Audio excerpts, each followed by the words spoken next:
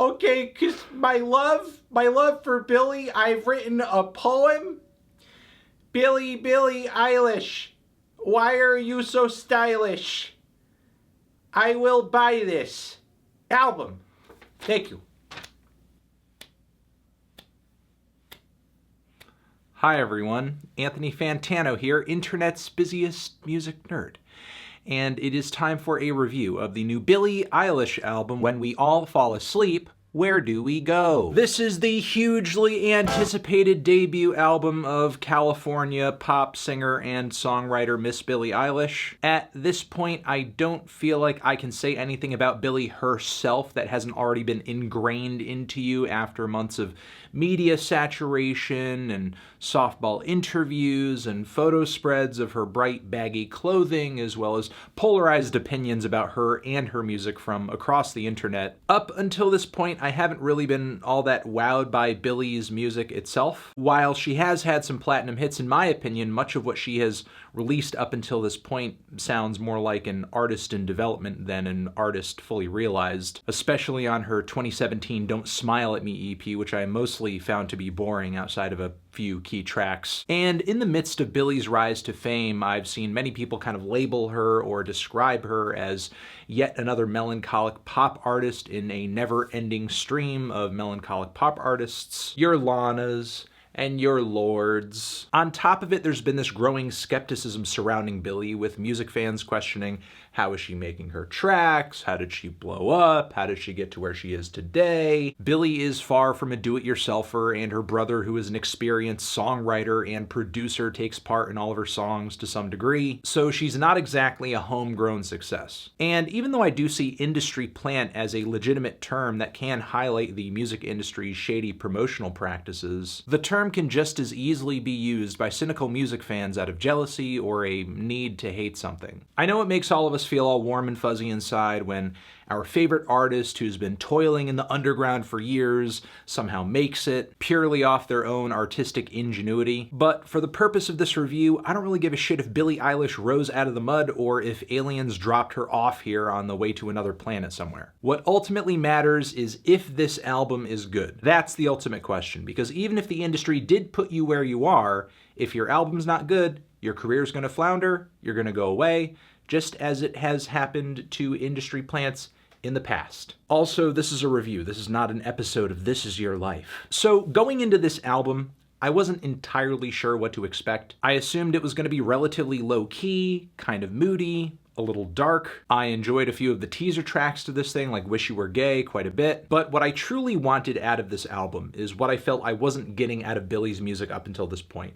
And that is a sound from her that is recognizable and songs that are memorable. And honestly, with When We Fall Asleep, I feel like I get that. I am pretty pleased with this record. Through and through. Sure, the promotional build-up to the release of this was kind of annoying and focused a lot more on Billie as an image more than Billie as a musician. But the batch of songs Billie and her brother offer on this debut are really good. In a way, it does feel odd saying that because I know I'm not necessarily in the demographic of people who this album is aimed at least from a marketing perspective, but for pop fans of all stripes, what's not to like on this LP? Up until this point, I've seen numerous debates online about Billie's legitimacy as an artist, but when you look at the production credits on this thing, it's pretty much just Billie and her brother. This is far away from your usual pop credits tracklist affair where you see 2 to 3 songwriters or producers per song, at least. Like the opening intro on this thing suggests, it feels like all of these tracks were created and crafted in a very intimate setting where you have 2 people working who know each other really, really well. Well enough to let your guard down, well enough to goof off, well enough to be vulnerable. Knowing both Billie and her brother were homeschooled, it says a lot about how close that brother-sister bond between them probably is. A lot of the lyrics on this album are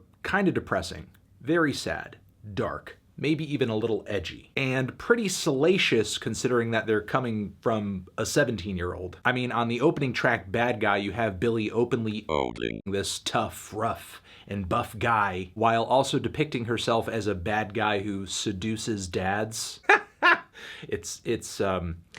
It's a lot. But between the sticky and playful synth leads on this track and the kind of ridiculous character portrait Billie is pulling together in the lyrics, there's actually something about this track and a few others on this album too that kind of remind me of the Unicorns album Who Will Cut Our Hair When We're Gone, sort of like the track Tough Ghost. And again, I also get this Unicorns or lo-fi 2000s indie influenced vibe off of tracks like All Good Girls Go to Hell or My Strange Addiction, which features these multiple absurd vocal samples from the Office television series, the American version. But still, to go back to Bad Guy, it's a legitimately cool song with a creeping bass line, some subtle driving kicks, some very eerie finger snaps. The track makes me feel like I'm slowly being surrounded and closed in on, especially considering how close and hushed and intimate Billie's vocals are on this track, and many others here too. Because Bad Guy is actually a really good aesthetic tone setter for the album, as the rest of this record sticks to a pretty clear production blueprint, but still offers a pretty dynamic and varied track list that prevents the flow of this thing from going stale. But still, generally across this album, there is a lot of bare percussion, lots of space in these instrumentals too, whether you're talking about atmosphere surrounding the instrumentation or literal gaps of silence in between the bits of instrumentation. And for songs that are so quiet and so subtle, there is a lot of thick and rumbling and intrusive bass throughout this record too, to the point where when it comes in, it's like violently shaking other bits of instrumentation around it, especially Billie's voice. The bass is thick, it is ribbed for my ear's pleasure. It's almost like I'm listening to the musical equivalent to like a bass boost meme, but the sound is still really good. It doesn't sound like a joke. Then there are Billie's ultra quiet vocals throughout this thing. Typically singing at this volume from front to back on an entire record would just leave me utterly turned off. But not only do some of the great vocal melodies on this thing shine through anyway, but also the way Billie and her brother subtly manipulate her voice throughout these tracks, it turns a lot of these very low-key songs into a pretty strange and surreal experience. I mean, there are haters out there who may chalk this album up to nothing more than just like a Lorde ripoff, but honestly, I have not heard production this creative on any of Lorde's songs up until this point. Her debut full-length album, Pure Heroin, instrumentally was actually kind of one-dimensional and bland. Many of the production risks that she took on her next full-length LP, Melodrama, didn't really pan out, in my opinion. Meanwhile, this album actually features some pretty cool instrumental reference points. Of course, there are nods to modern trap production that are worked into multiple tracks on this thing. There are moments where James Blake's first few albums seem like a huge inspiration to not just the pianos, the vocals, also the balladry. Also, there are quite a few spots on this thing that just kind of sound like Kanye's Yeezus, but like with the volume and abrasiveness cut in half. For a record that on the surface seems so bare and so downplayed, there's actually a pretty wide array of influences and emotions on this thing. It's just that Billie and her brother do such a great job of condensing all of it into a very clearly defined vocal and production style. Whether Billie and her brother are doing bangers or ballads on this thing, they're putting out good tracks. We have Billie swaying and crooning over these stumbling drums and sing-along pianos on the track XANNY, which is actually a pretty fantastic cut about not doing drugs and seeing your zombified, emotionally out of touch, and selfish friends as something to cut off, not copy. And that vocal line on this track, from the secondhand smoke to the not needing to take a Xanny, that whole melodic line is perfect and almost feels like a throwback to an old vocal jazz song, which I also think turns up as an inspiration on the track Wish You Were Gay, a track that lyrically speaking is also kind of tragic but hilariously frank. It's a glorious piano tune with an acoustic intro, a smash hook, essentially about a romantic disconnect over a difference in sexual orientation, which is already an intriguing topic on its face, but Billie did not need to go this hard on the lyrics. The lyrics on this track are a perfect balance between being heartbreaking but also a little tongue-in-cheek, but the number play on these lyrics, the way she's descending from 5 and down or 12 and down, it just adds so much character to the track, and it's a track that was already good. Also, the crowd samples on this track, the cheering kids, the laughing adults a la Father John Misty, one of the best and most expressive vocal performances on the entire record. What is not to love about this track? Is it just that it's quiet?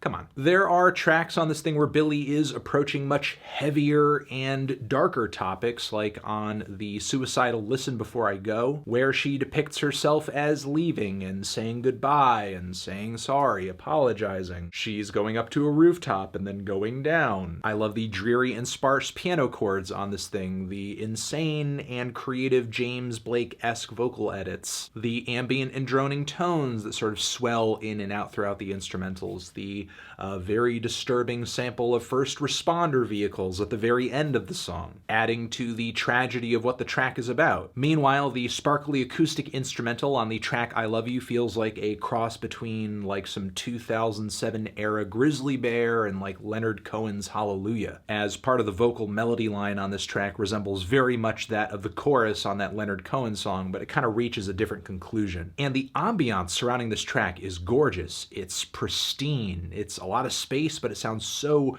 crisp and clean and clear. Even though this is a very subtle and quiet album, I can tell that, you know, either Billie's brother is like a master producer or just no expense was spared in the creation of this album. Although this record is not just all chilly atmospheres and bummers, though. There is the track You Should See Me in a Crown, Your Silence Is My Favorite Sound, which is easily one of the most devilish and exciting bangers of 2019. No question, no question, no question, no question. I have no questions. Between the twittering percussion, wavy and aggressive bass, and also like dentist drill synthesizers whirring away, there is also Bury a Friend, where the Kanye influences I mentioned earlier kind of come through in full force, as instrumentally this track seems to borrow a lot from his Yeezus single Black Skinhead. I mean, look, this thing is far from a perfect album. There are some tracks that I don't care for as much as others, songs that hit a bit of a lull for me. In general, I think the record could use a bit more oomph, especially in the second half. And even though Billie has done a great job of defining herself on this record, she still does wear her very obvious and contemporary influences on her gigantic sleeves. I think the song When the Party's Over is a pretty decent ballad, but I find the atmosphere and production surrounding the track to be a little bit more bland and uneventful than that of many other tracks here. The pristine atmosphere of the song kind of reminds me of a Sam Smith song, and not in the best way. Then there's the track 8, which is a bit of a head scratcher for me still after multiple listens to this record. It features the sad, lazy day, tiny acoustic chords, Billie singing in a very strange baby voice in the intro. The track has a lot of weird, memorable bells and whistles, and a very cutesy tune that plays throughout, but for the most part it feels like a malformed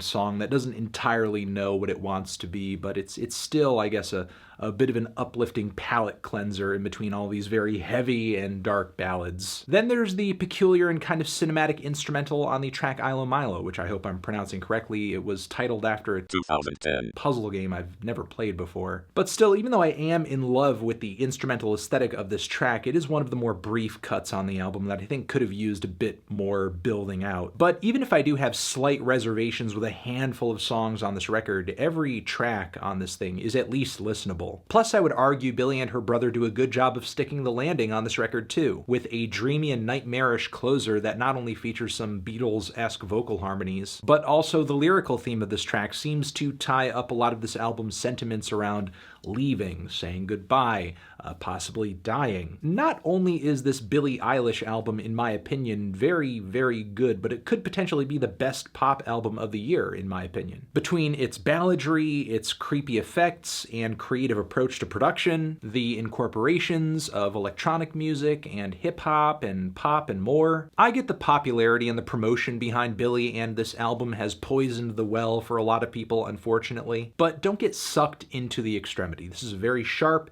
and catchy pop album, and it's one that doesn't jump out at you necessarily. It kind of pulls you in. And artistically, it's such a great statement for someone at the age of 17. I totally love it. Feeling a strong 8 on this thing.